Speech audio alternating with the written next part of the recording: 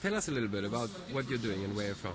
Well, I'm from Denmark. I'm from a Danish NGO called EcoNet, and we have a project, a Nordic project called the Balancing Act, and this is one of those sculptures which should symbolize the human beings on the top of a stick, 15 meters. You should imagine this. And we have an idea to put them up in the world as a symbol for ESD. So, is there going to be a special event where you're going to start this, where people can see it? Yeah, actually, we want to do it in Copenhagen during the COP15 climate change conference in December. Okay. And we already put up the first one on the stick at the Danish Parliament. It's already there? Yeah, it's stayed there for 10 months, and that's right outside the Danish Parliament. And then in December there will be 8 more, and one for the 10th should be placed in Greenland in August. Okay.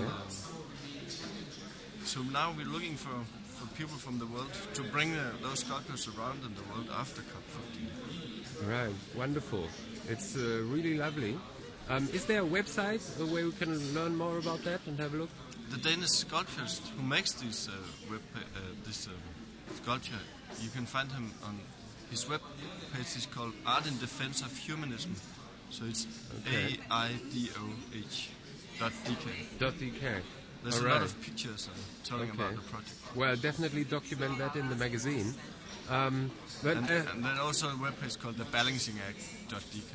Okay. We have a lot of places. Really nice. It reminds me of this, there was an animation movie once which was also called Balance. So it was a similar figure, sort of. Really nice. But I heard you're also from a really special network organization there in Denmark. I mean, this is really a radical pin here, going for the full, telling us what's really important. It says that climate crisis, no thanks. It's actually made from the cover artist of the Danish rock band DESD, Disneyland After Dark, and he's helping us to make the cover artwork for a new Danish CD with rock music for the climate meeting. Okay. So it's actually a cover. So you work with all kind of different groups in Denmark, or do you specialize, or what? How do you work? As being a network for 15 years, we make a magazine and we make a lot of meetings, and we're trying to combine the educators with the green NGOs. That's the main thing we do. Okay. So how do you... Okay, so you connect civil society, NGOs with educators. So what's been your experience in that? Does it work well? What's people's feedback? You've been doing it for 15 years. That's a lot of experience. It has going up and down, of course, because sometimes we need the money to produce our things, and we gave out a magazine for 10 years, but we lost the financing for that because it was a free magazine and it cost a lot. So now we're working hard on being better on the internet and make it maybe more simple, because I think sometimes it gets so complicated just to publish something on the internet. And it should not be that. So we are in kind of inventing a new generation of what we do. And I think it's changing a lot right now. All NGOs are into the climate business right now, especially up for the Copenhagen conference in December. So I think we will be ready in January 2010 when everybody's burned out on the conference, after the conference. So what do you think about the way they approach ESD here? With your experience of working with youth, also in education, how they learn, how they become more conscious or active citizens. On this conference? Yeah, for example, or in general, how formal ESD talks about it. What are your main points? What do you see most important in... But, for example, in Denmark, nobody knows about it. Even when the minister put out a strategy, nobody hears about it. So what we try to do is actually to make a very simple campaign where people can just do it in practice, do it in the theory and the pedagogical ways, and even tell about it to the other schools. But if nobody starts, nothing happens. So practice is really important. That's Of what course, you cannot run a school if it's not sustainable and call you anything with sustainable. It doesn't give any meaning.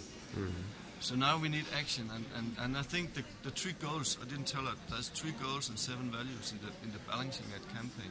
And the 3 goals are so easy. You can even join them without money. It's just tell you that you should start to do it in your theory, and you should do it in your practice, and you shall go out and tell people about what you have done. Very simple. So the under 3 goals, and if you need money, to go out and find the financing to change things. But to start up, you just have to write that you want. We got the idea from the Danish filmmakers called the Dome filmmakers. Probably heard about Lars Myrthu-Nielsen.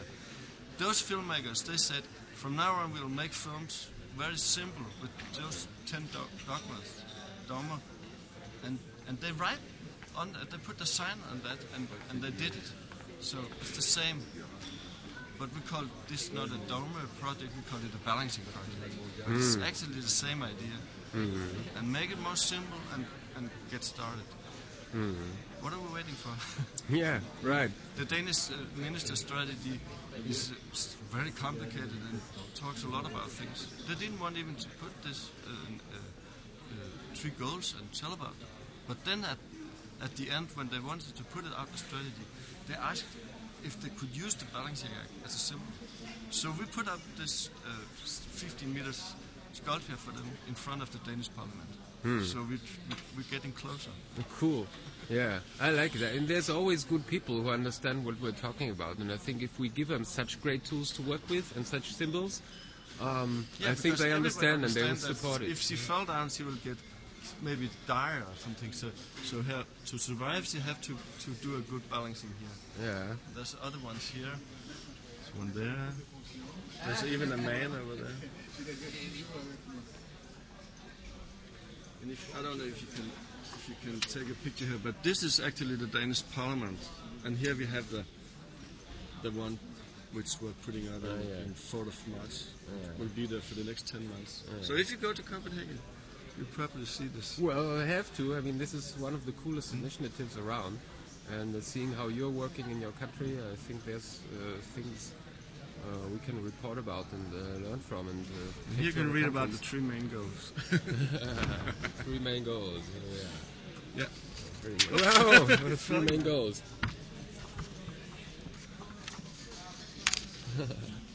Okay. Final message to young people, young generation about change the world. Some advice, some ideas, some encouragement. As you said, they could kick their headmaster in the ass and say, get started in the Balancing Act or in the DESD. I think that's what young people should do in schools. And then get educated, of course, but better get educated in sustainability than not. Right. I think that's what it's all about. Thanks.